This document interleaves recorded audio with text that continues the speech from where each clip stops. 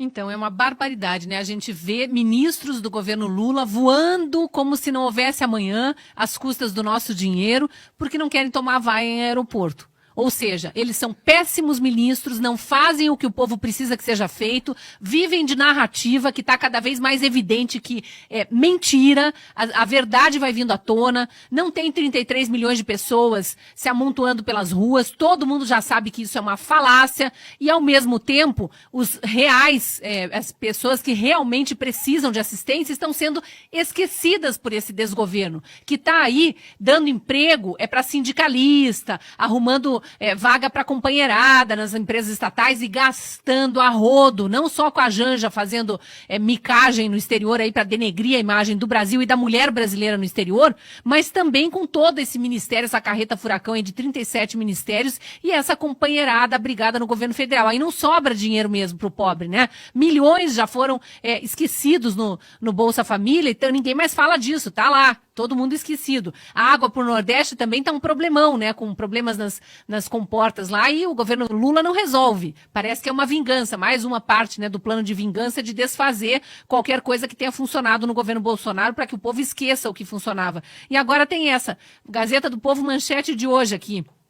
Ministros do STF pegam carona em voos da FAB. Alexandre de Moraes lidera as viagens. Por que será que Alexandre de Moraes não quer encarar voo comercial? Não quer ir para o aeroporto, para a sala de embarque, enfrentar ali a fila, né?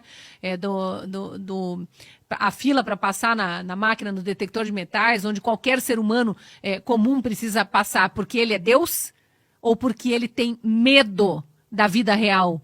Porque ele é um prisioneiro de si mesmo? Porque ele espalhou tanto ódio, tanta ilegalidade, tanta ordem absurda, que gerou uma antipatia geral da nação. E aí não quer ouvir as verdades, né? A gente sabe que os assessores dele andam de ouvido aberto em bares. Aí se ouvir alguém numa mesa de bar falando mal do ministro, fofoca para o ministro e abre-se um inquérito contra essa pessoa. É o crime que não existe, né? A utopia absurda. Aqui, ó, a reportagem dizendo, você citou aí, pelo menos 14 voos oficiais da FAB levaram ministros do STF como caronas apenas no primeiro semestre desse ano, de acordo com um levantamento que foi feito pelo site Poder 360 e divulgado nesta terça-feira. E aí destaca aqui que a quantidade contrasta com a quantidade apurada ao longo de todo o governo Bolsonaro, em que apenas 10 viagens de magistrados foram registradas. Isso de 2019, 2020, 2021, 2022. Durante 4 anos, os ministros do STF talvez não tivessem coragem, né? Dada a vigilância que havia da sociedade, dessa mídia militante, em cima de tudo e qualquer coisa que fosse feita no governo Bolsonaro. Então, imagine um ministro do STF pegando carona com um ministro de Bolsonaro, sendo que os próprios ministros de Bolsonaro não viajavam à torto e à direito de jatinho, como fazem esses ministros de Lula. Aí fala aqui que a viagem mais recente foi no dia 30 de junho, apenas 2 horas depois que o TSE, sob presidência de Alexandre de Moraes, tornou o ex-presidente Bolsonaro inelegível.